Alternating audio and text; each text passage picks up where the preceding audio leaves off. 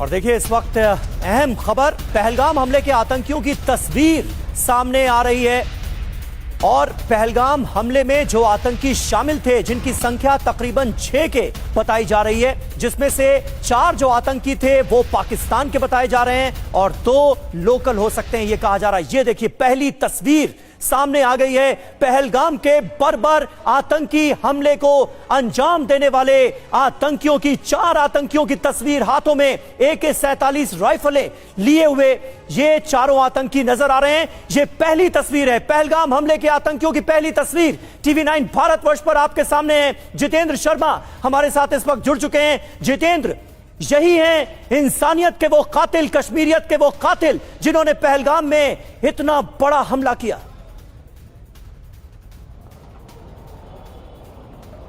जी बिल्कुल, देखिए चारों की तस्वीर TV9 भारतवर्ष पर इस वक्त मौजूद है, जिसमें देखा जा सकता है कि किस तरीके से ना सिर्फ बॉडी कैम बल्कि AK-47 और इसके अलावा जो पिट्ठू बैग होता है वो भी इन्होंने अपने कंधे पर डाला हुआ है। इसके अलावा इन तीनों की पहचान भी करने की कोशिश की गई, क्योंकि जो चेहरा मैच करता है फिलहाल इनका, मैं उनके नाम आपको बताता हूँ अभी। दरअसल जो पहचान इनकी हुई है वो आसिफ फौजी, सुलेमान शाह और अबू तलहा के रूप में हुई है, क्योंकि जो चेहरा है, जो स्केच तैयार किए गए थे शुरुआती तफ्तीश के दौरान चश्मदीदों के बिना पर, वो इन तीनों आतंकियों से मेल खाता है। तो ऐसे में इनको लेकर भी अब सर्च शुरू कर दिया गया है, इनको ट्रैक किया जाना शुरू किया जा चुका है। इनके जितने भी करीबी हैं या फिर कहें जो इनके जुड़े ओवरग्राउंड वर्कर्स हैं, उनकी भी तलाश इस वक्त जांच एजेंसी और सुरक्षा एजेंसियों ने। और इन तस्वीरों को देखकर जितेंद्र ये लग रहा है कि इन सब की उम्र 25 से 30 साल के बीच होगी। जी बिल्कुल, देखिए बेहद कम उम्र के लड़के थे और जिस तरीके का खौफनाक खेल इन्होंने घाटी के अंदर खेला, उससे कहीं ना कहीं ये पूरी तरीके से साफ हो जाता है कि वेल ट्रेंड आतंकी थे तीनों के तीनों।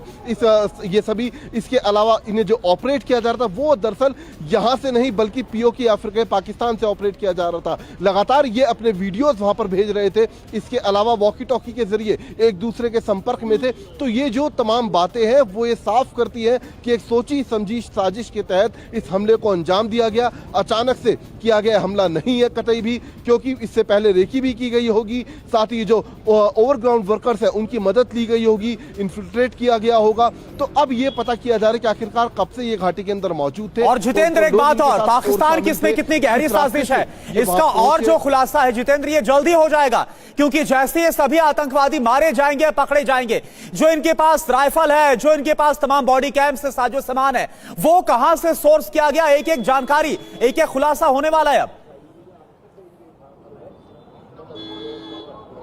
जी बिल्कुल, देखिए इंटेल रिपोर्ट में तो साफ हो चुका है कि पाकिस्तान का हाथ इसके अंदर है, क्योंकि जिस तरीके से हमले को अंजाम दिया गया वो लोकल आतंकियों के बस की बात नहीं है। कहीं ना कहीं लश्कर जैसे बड़े आतंकी संगठन का इसमें हाथ है और बाकायदा उसको पाकिस्तान में मौजूद जो इनके हैंडलर हैं वो इन्हें ऑपरेट कर रहे थे। तो ये बात अब पूरे तरीके से साफ हो चुकी है।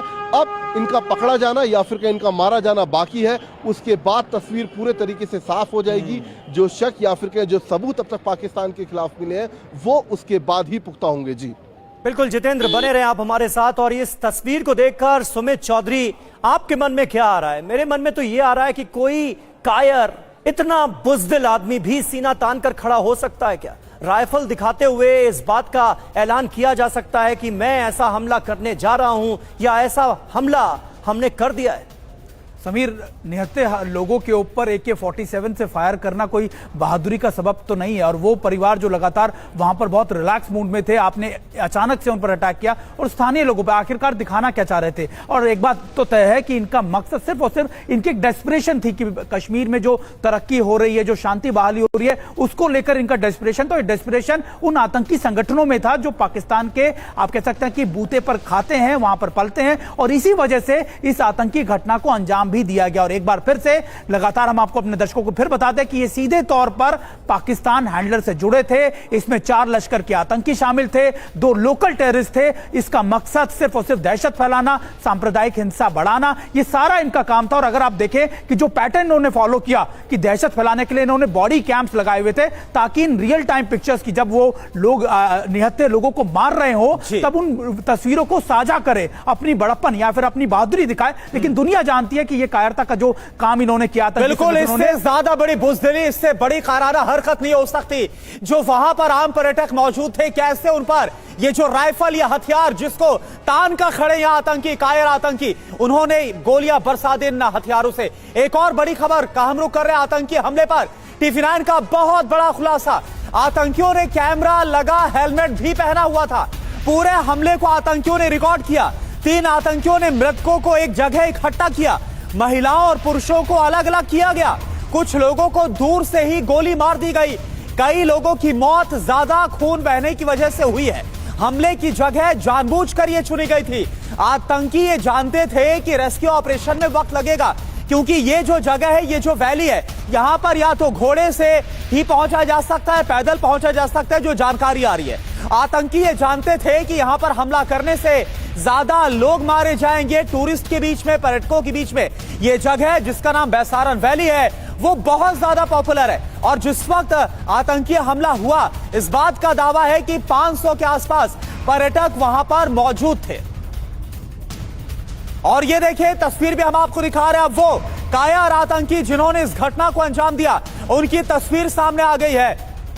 और जितेंद्र इस वक्त हमारे साथ जुड़े हैं और ज्यादा जानकारी के लिए। जितेंद्र, क्योंकि आप इससे पहले स्केच और अब 4 आतंकवादियों की तो तस्वीर आ गई है, यानी कि इसके बाद इन आतंकवादियों के खिलाफ ऑपरेशन सुरक्षा बलों का और आसान हो जाएगा।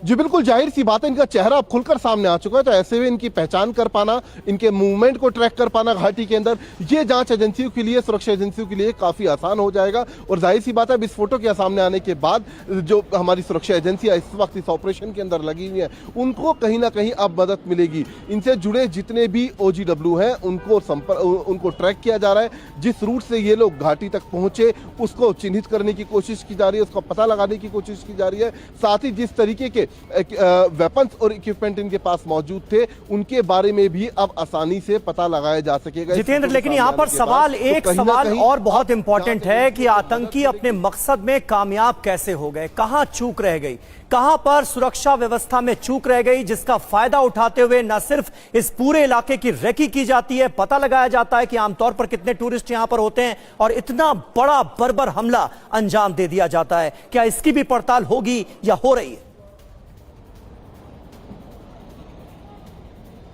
जी बिल्कुल, देखिए जो भी इंटेलिजेंस फेलियर रहा है उसको लेकर भी पड़ताल की जाएगी, लेकिन जिस तरीके से हमला किया गया वो अपने आप में बेहद शर्मनाक हमला था। और उसी को लेकर लगातार न सिर्फ फोर्सेस बल्कि पूरा श्रीनगर इस वक्त सड़क के ऊपर मौजूद है। सभी जगहों पर, श्रीनगर में अलग अलग जगहों पर लगातार प्रोटेस्ट किया जा रहा है। और उधर हमारी जो आर्म फोर्सेज हैं वो लगातार इन आतंकियों को ट्रैक करने की कोशिश कर रही है, इनको गन डाउन करने की कोशिश की जा रही है।